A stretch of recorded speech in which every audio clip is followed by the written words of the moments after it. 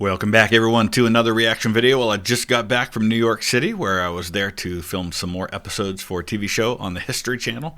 Can't wait for you guys to be able to see that when it comes out. And one of the other people who is appearing in this season of that show is my good friend Gary Edelman from the American Battlefield Trust.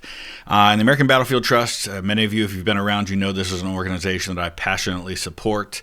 In addition to having a couple of friends who are a major part of that organization, I just simply believe in what they do and how they preserve our battlefields here in the United States, not only for the sake of future generations, but also so that we can teach current generations about what happened there.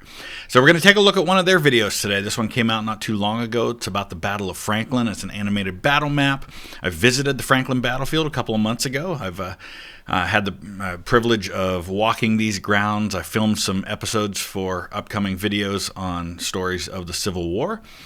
So I'm excited to be able to share all of that with you. I hope you're all hunkering down for the big storm that's hitting. We're supposed to get about a foot of snow here this weekend. It's also supposed to get bitterly cold, so hope you're all safe. Hope you all stay warm and don't have to go out for anything, and wishing nothing but safety for those of you who must go out for work or other things. I want to thank John in Arendal, Norway. Awesome. Thank you very much, John. And Russell, right up the road from me in Conneaut, Ohio. Thank you both for your support on Patreon. Let's dive into this one.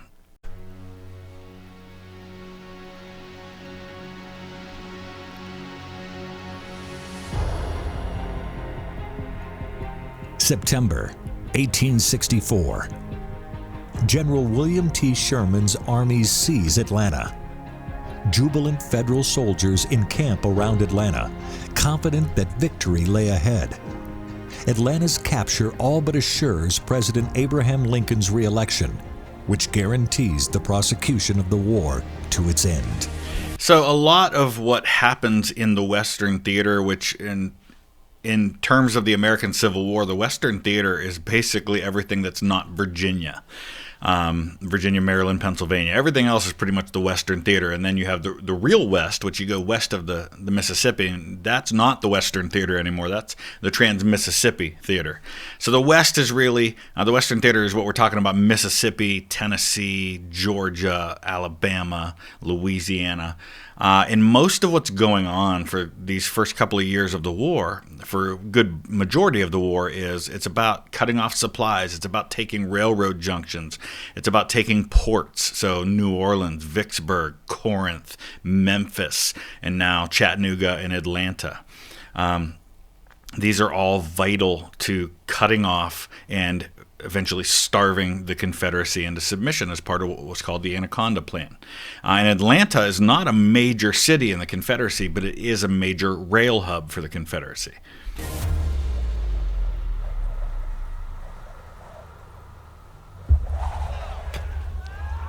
Across the Confederacy, demoralization casts a pall across the home front. In the Confederate Army of Tennessee, morale sags, and some question their willingness to keep fighting. Their commander, General John Bell Hood, sees things differently. So it had been, for a good bit of the war, you're dealing with Braxton Bragg commanding these major Confederate armies. You've got Joe Johnston out there for a while. And in both cases, Bragg and Johnston, eventually Jefferson Davis never liked Joe Johnston. But Braxton Bragg, while he had been pretty loyal to him, even Jefferson Davis realizes that Bragg just can't continue to command this army. So he brings Bragg to Richmond as an advisor. And Bragg is the one who says you need to replace the very cautious Joe Johnston with the very aggressive John Bell Hood. Well, Hood, by this point, he's a young guy. He's just barely has turned 30 years old. But he has lost the use of an arm, crippled for life in his arm from his division's attack on July 2nd at Gettysburg. And then a couple of months later, he goes down to Chickamauga, the second bloodiest battle of the war, and he has a grievous wound that takes off his leg right at the hip. His femur is shattered. It's horribly painful, destructive wound that causes him to lose a leg. So he's lost the use of an arm, he's lost a leg in the two bloodiest battles of the war. John Bell Hood is just not right in the head anymore. And I don't mean that as an insult. I mean that as that would happen to absolutely any of us if we had gone through what he had gone through. And he's trying to deal with these wounds with a lot of medication, and he's overly aggressive to the point of being almost suicidal. He believes his 33,000-man army can force Sherman to retreat to Tennessee by cutting off his supplies. In late September, Hood moves northward, striking the railroad between Big Shanty and Tunnel Hill, destroying track and capturing garrisons along the way. This is one of the things that people don't talk a lot about when they talk about the Union's advantages in the war, is the advantages that the Confederates actually enjoy because they're defending their own territory and often deep into their territory. And this is something that Grant talks a lot about in his memoirs, is that when you look at a table and it says there are 100,000 men in an army, you have to understand that a good chunk of those men, sometimes maybe 1 in 4 or 1 in 3 of those men, is not actually available to be sent into battle. They're guarding supply lines. They're guarding supply trains. They're spread out along long distances because when you're attacking deep into enemy territory, you have to protect those lines because all they have to do is send Forrest or send a small group of cavalry or somebody to go cut that off, and suddenly you have no communication, you have no food, you have no ammunition. Confederate morale soars. Sherman follows, but Hood moves westward toward Alabama. Sherman gives up a large-scale pursuit and returns to Atlanta. As he prepares to march to the sea, Sherman orders General George Thomas to take command of a force assembling at Nashville. Thomas faces major challenges. His forces are scattered, and it will take time to bring a large contingent from Missouri. So George Thomas is a Virginian by birth. He's basically been made an outcast in his own family because he's chosen to stay loyal to the Union. He's highly regarded as a good soldier. He very famously is dubbed the Rock of Chickamauga by James Garfield at the Battle of Chickamauga, when he stands when the Army commander and the other Corps commanders leave the battlefield. He stands on Snodgrass Hill. So he's been raised to command of an army. But he can tend to be a little bit on the cautious side. And what Grant and Sherman value more than anything else at this point in the war is very aggressive commanders. Until then, Thomas's men are greatly outnumbered. His greater challenge is to figure out what John Bell Hood intends to do. After moving his army to Alabama, Hood considers his options. Though in position to take advantage of Thomas's dispersed force, Hood struggles to feed and equip his men. Food, ammunition, clothing, and shoes are in short supply. And basically what they've decided at this point is they're just ignoring Sherman altogether. They're figuring we cannot face Sherman one-on-one in battle. We just don't have the manpower. And a lot of that is because Hood had very aggressively hurled his army at Sherman outside of Atlanta, and what results in the Battle of Atlanta, which is a key part of the book that I'm writing on the 20th Ohio. It's their bloodiest day of the war. They get attacked from the front and the rear at the same time. It's a surprise attack that initially sees some success, but very quickly just fizzles out. And that's kind of Hood's last shot. It's kind of like the Battle of the Bulge for World War II, where the Germans throw everything they've got in a last-ditch effort, but in the end it fails, and now they're weak, and now they just kind of curl up and die. But 3 weeks later, Hood is ready.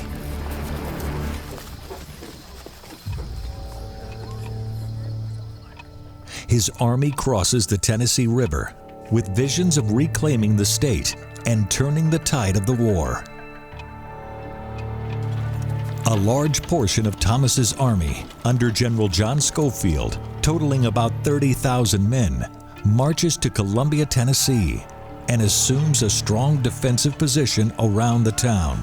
So At this point, Thomas is back in Nashville. Nashville has been held by the Union since the early part of 1862. Right after Forts Henry and Donelson fall and those rivers are opened up, the Union takes Nashville. They've held it for most of the war. And so that's the ultimate goal here is Hood would very much like to not only cut off Union supply lines, but retake Nashville, liberating a Confederate capital, a state capital. But Thomas sends a good chunk of his army under his second in command, Schofield, down to Columbia, and it's going to be Schofield who eventually commands the force at Franklin. Hood moves to get behind Schofield, ordering his artillery and infantry under General Stephen D. Lee to hold Schofield in place, while he swings the bulk of his infantry northward towards Spring Hill. There, he plans to seize the road leading to Franklin and Nashville and cut Schofield's army off from the Tennessee capital. These are good, they're decent plans by Hood. The problem is these are plans that assume some things about the Confederate army at this point that just aren't true. I mean, at this point, they're so badly outnumbered. I mean, they're not outnumbered especially on this battlefield, but overall, they're poorly supplied. They've lost a lot of their best leadership at this point, and then they're going to really lose what's left of it at Franklin. And it's just probably too aggressive at this point in the war. General Nathan Bedford Forrest's cavalry advances towards Spring Hill from the east and pushes U.S. cavalry aside, while Confederate corps under Generals Ben Cheatham and A.P. Stewart march toward Columbia. Now, looking at these men, I'm not saying there's necessarily anything wrong with Cheatham and Stewart, but these aren't Longstreet and Jackson that Lee had in the East, right? And probably the best general that Hood has in his army is still a division commander. It's Patrick Cleburne, who really should be, if not leading the entire army, certainly leading one of these corps, but he made the mistake not long before this of suggesting that the Confederate Army needs to seriously consider offering freedom to enslaved men in return for their service in the Confederate Army, and this has basically caused him to be blacklisted. Schofield recognizes the Confederate threat and sends General George Wagner's division racing toward Spring Hill. They arrive just in time to stop Forrest's cavalry from gaining control of the road. What happens at Spring Hill is one of the all-time moments of the Civil War that nobody talks about. This is ridiculous for both sides. It's ridiculous that the Union pulls it off, and it's ridiculous that the Confederates let the Union pull it off. General Patrick Cleburne moves his division toward Spring Hill with orders to block the Columbia Pike, but is surprised to encounter a large Federal force. He moves forward, and a sharp fight erupts. Hundreds are killed and wounded.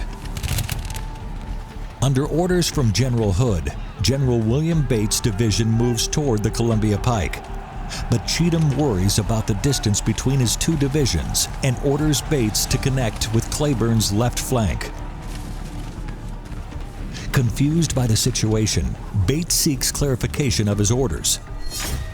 This is one of these command and control moments, right, where lack of communication or lack of clarity in this situation ends up costing the Confederates dearly and sets them up for the debacle at Franklin. Cheatham explodes and threatens Bate with arrest. Bate moves toward Cleburne, posts pickets overlooking the pike, and goes into bivouac with the rest of the corps.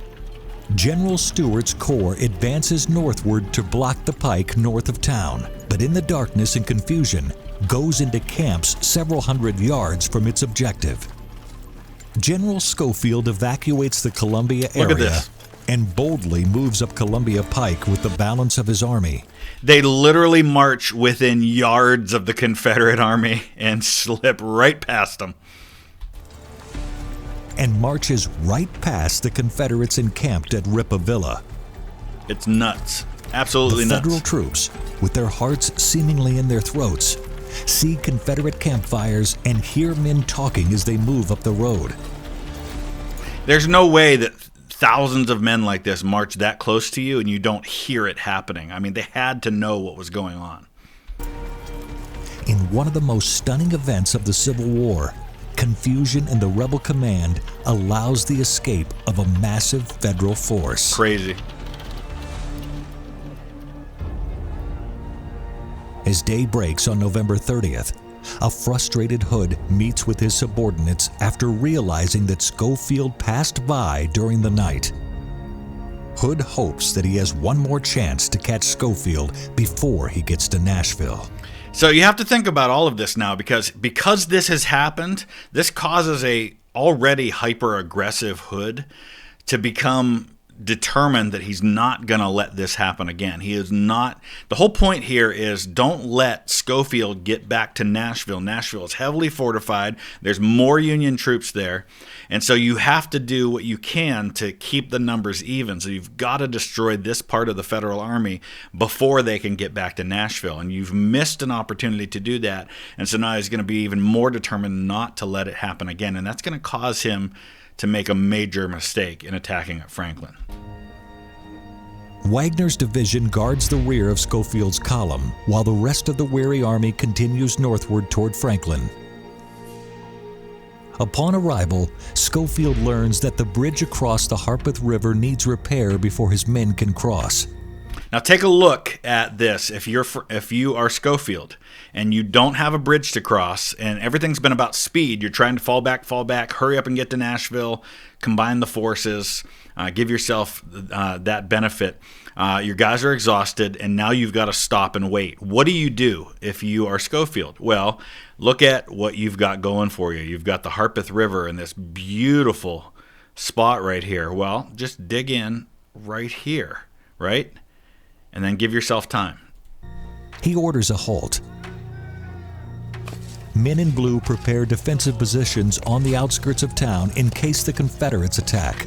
And this is really smart because you're not planning on being here more than maybe 12 hours or so, but you're still going to dig in. That's really prudent thinking and planning by Schofield that's going to make the difference in this battle. Schofield makes his headquarters on the north bank of the Harpeth River at Fort Granger, a defensive work constructed in 1863. Wagner's men take up an advance line halfway between Winstead Hill and Franklin, straddling the Columbia Pike. The ground, open and rolling, favors the defenders. The troops closer to town build fieldworks and create abattis in their front. Abattis, you basically like things that are pointy and meant to just be barricades that are going to slow people down when they're trying to attack. Two of Hood's corps, under Cheatham and Stewart, emboldened by the sight of debris along the road that suggests a pell-mell retreat by the enemy, reach Winstead Hill late in the afternoon. So Winstead Hill's this beautiful vantage point where you can see a lot of the battlefield. You can't so much today because of the trees, but at the time you would have been able to see quite a bit. And there's a Confederate memorial there today. I did a video, if you've seen it, over on Stories of the Civil War, where I just talked briefly about how Confederates are remembered today. And I was walking around Winstead Hill when I did that. Now you notice this small group of Union soldiers that are out here in front. This is going to become one of the parts that almost cost the Union this battle. S.D. Lee's corps and most of the Army's artillery are still hours away, but Hood issues orders to attack. The Army's leaders are shocked. In front of them is 2 miles of open ground, a strong skirmish line, and fieldworks manned by Schofield's veterans. They can see all of this. They know exactly what they're marching into. They can see how difficult to impossible this is. And to a man, Hood's subordinates are adamant that this is a bad idea. But Hood is not listening. He is not going to have another Spring Hill. He is going to attack. The men in the ranks of the Army of Tennessee recognize the desperate nature of the task before them. A signalman at Hood's headquarters waves the flag, ordering the Army forward. The men of Stewart's corps advance on the left, while Cheatham's corps straddles the Columbia Pike. The giant Confederate wave soon reaches Wagner's advance line and overwhelms the outnumbered Bluecoats. So I should mention here at this point that when Wagner moves his men into position in this advanced position out front, One of his brigade commanders, a man named Emerson Updike, who is from Warren, Ohio, which is the town I was born in. He's a local guy for us, and he has commanded this regiment known as Updike's Tigers for a good bit of the war. He's a brigade commander now. Emerson Updike tells Wagner where he can put his order to stick his men out in front of the main line. He says, my men are exhausted. They were all the way at the rear of this column, so they've been marching all day. And so he says, I want to get my men some rest, I want to get them some food, and I will not put them on this line. And this goes on. There's a debate about this for a little while, but finally Wagner relents. And so Updike is back here behind the main line when the attack comes. And that's going to end up becoming one of the factors that decides this battle. As Wagner's survivors escape toward the main line, the Confederates push right on the heels of the retreating Federal soldiers. So think about that for a second, right? You are on the main line of the Union position, and this massive Confederate attack's coming towards you, but you can't open fire because your own men are falling back in front of you. If you fire, you're going to hit your own men. And so you basically can't use your artillery, you can't use your small arms. A big chunk of the center of the Union line is basically powerless because they're waiting for their own men to stream past them. And by the time their own men stream past them, the Confederates are right behind them. And it's that point of the line where the Confederates are going to have the most success in getting through. Into the works with them. Stuart's men crash into the Federal main line and become entangled in an abattis made of Osage orange branches. So this area here is going to be where the Carter House is today. Really, really cool place to visit if you get the chance. That's where there's a very famous wall that still exists in one of the buildings around the Carter House that is just full of bullet holes. It's crazy to see. The Carter Cotton Gin was over here, and it's about in this area that Patrick Cleburne's going to fall. Momentum stopped. Stuart's soldiers fall in heaps to the Northerners' fire. Federal officers try to wait for Wagner's retreating men to reach the main line, but some men open fire before all of them reach safety. What do you do? I mean, you risk hitting your own men, but you see this Confederate wave coming. There was definitely friendly fire. Batteries near the home and Cotton Gin of Fountain Branch Carter blast the rebel line with case shot and canister. So at this point, Fountain Branch Carter's family is all in the basement. They haven't fled back into the town. They are in the basement. They are in the epicenter of some of the deadliest fighting of the American Civil War, and they hear all of this going on around them. You can go down in the basement today. There's like 20 people down there. It just had to have been terrifying for them. And what they don't know is that one of their own men, Todd Carter, I think it's Todd, is actually out there fighting right on his own family's property. Despite rapidly mounting casualties, desperate Southerners continue forward. Some break the front line, but the cost is terrible. Gray-clad generals, Cleburne, Granberry, Adams, and Straw, leading from the front, fall dead alongside their men. So very famously, you'll end up with 6 Confederate generals being killed in just a couple of hours. And 4 of the 6 end up being laid out on the same porch of a property on the right flank of the Confederates. The others aren't. There were 6 bodies laid out, but they weren't all generals. There were 4 generals and 2 other officers. Though the front line of infantry begins to give way, artillerymen on both sides of the pike steadily pour deadly fire into the Confederates, while a second infantry line, manned by Green Missouri troops and men from Kentucky and Tennessee, holds steady.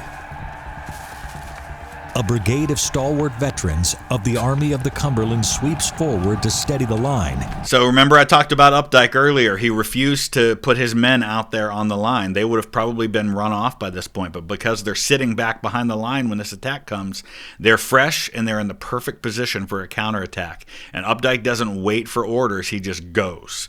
It's his kind of brazen do it yourself and take responsibility for your own men that's going to be one of the key factors in plugging the line in this key point. In the swirling and vicious fight around the Carter home. As darkness falls, fighting continues with Confederates on one side of the trench and Federal troops on the other. Despite the heavy losses, Small bunches of Confederates plunge across the trench, desperately trying to dislodge stubborn defenders. Hood, still hopeful of success, sends General Edward Johnson's division forward into the very door of hell, lighted up with sulfurous flames. They fail.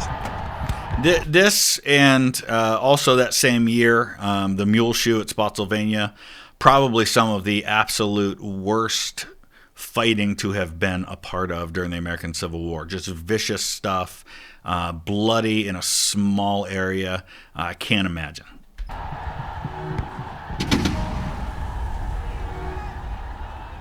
Combat continues for several hours, and some federal officers propose a counterattack. But Schofield refuses and begins to cross the Harpeth River on the repaired bridges. Yeah, see, Schofield's never intending to make a long-term stand here at Franklin. This is just hanging on for dear life until we can get across the river. By 3 a.m., federal forces are on the north bank and marching toward Nashville. As dawn breaks on December 1st, the scene at Franklin is appalling, even to men hardened by years of brutal fighting. Of the 20,000 men who made the attack, 7,000 fell, including 6 generals killed, 5 wounded, and 1 captured. Nuts. Schofield counts nearly 2,500 casualties. And Todd Carter is, as I mentioned earlier, is one of them. I think his name is Theodric Carter. He is found mortally wounded on his own family's land that he's grown up on. And they take him into the house right there, the Carter house, and he lives for a little while before he dies. That same day, A.J. Smith's corps arrives on transport boats at Nashville. Thomas's force is finally united and now significantly outnumbers Hood's battered army. But Hood continues northward, looking for victory. Hood follows Schofield to Nashville. Recognizing the folly of attacking Thomas's superior force in a well-defended city, Hood takes up position south of Nashville and waits. And while all this is going on, and I did a podcast episode about the Battle of Nashville, if you want to listen to that. It's also stories of the Civil War. While all this is going on, Grant and Sherman are getting increasingly frustrated with Thomas because they want Thomas to leave Nashville and go on the attack and destroy Hood's army. But what they don't know is the conditions on the ground. And it's the weather is horrible. It's icy. It would have been ridiculous to move out on the attack under those conditions. And they've actually decided to remove Thomas in command of that army just as Hood arrives outside of Nashville. Terrible weather and an ice storm batter both armies, but Confederates lack shelter and food. On December 15th, Thomas moves to the attack. With cavalry screening his flanks, thousands of troops in support, and a hammer-like thrust toward both enemy flanks, Thomas's men pummel and force the battered Confederate army to retire to a new, more compact line. So Thomas basically uses the same strategy with both of these attacks, this first one and then the second one that'll come. What he does, though, is he uses different parts of his army. So one time it's a feint on one side and a main attack on the other, and then the next time he does the opposite. The following day, Thomas attacks again and forces Hood's men from the field.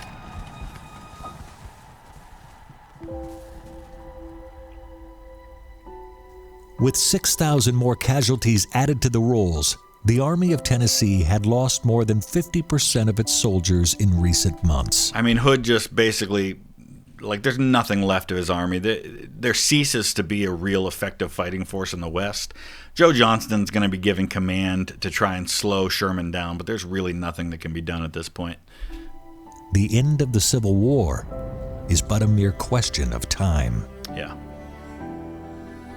Today, thanks to dedicated preservationists, the Franklin battlefield demonstrates the power of reclamation and restoration. Yep, 100%.